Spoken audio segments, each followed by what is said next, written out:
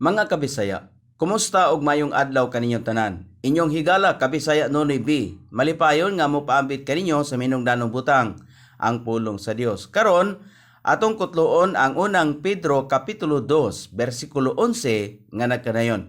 Minahal nga mga hinigugma, ako naghangyo kaninyo ingon nga mga langyaw ug mga dumuduong, dumilii ang unodnon nga mga kaibog nga nakigubat batok sa kalag.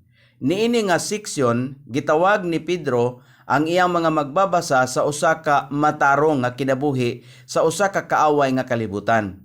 Ang mga Kristohanon nga mga estranghero sa usa ka sekular nga katilingban tungod kay ang ilang pagkalungsuranon ato aman sa langit. Ang mga estranghero niini nga bersikulo nagsulti sa mga tawo nga dili lumad sa yuta. Nagtumong kini sa mga Hudiyo ug mga Hintil nga nagtuo sa usa ka okasyon nga nagpugong sa kaugalingon gikan sa unodnon nga mga kailibgon. Salamat og maayong adlaw.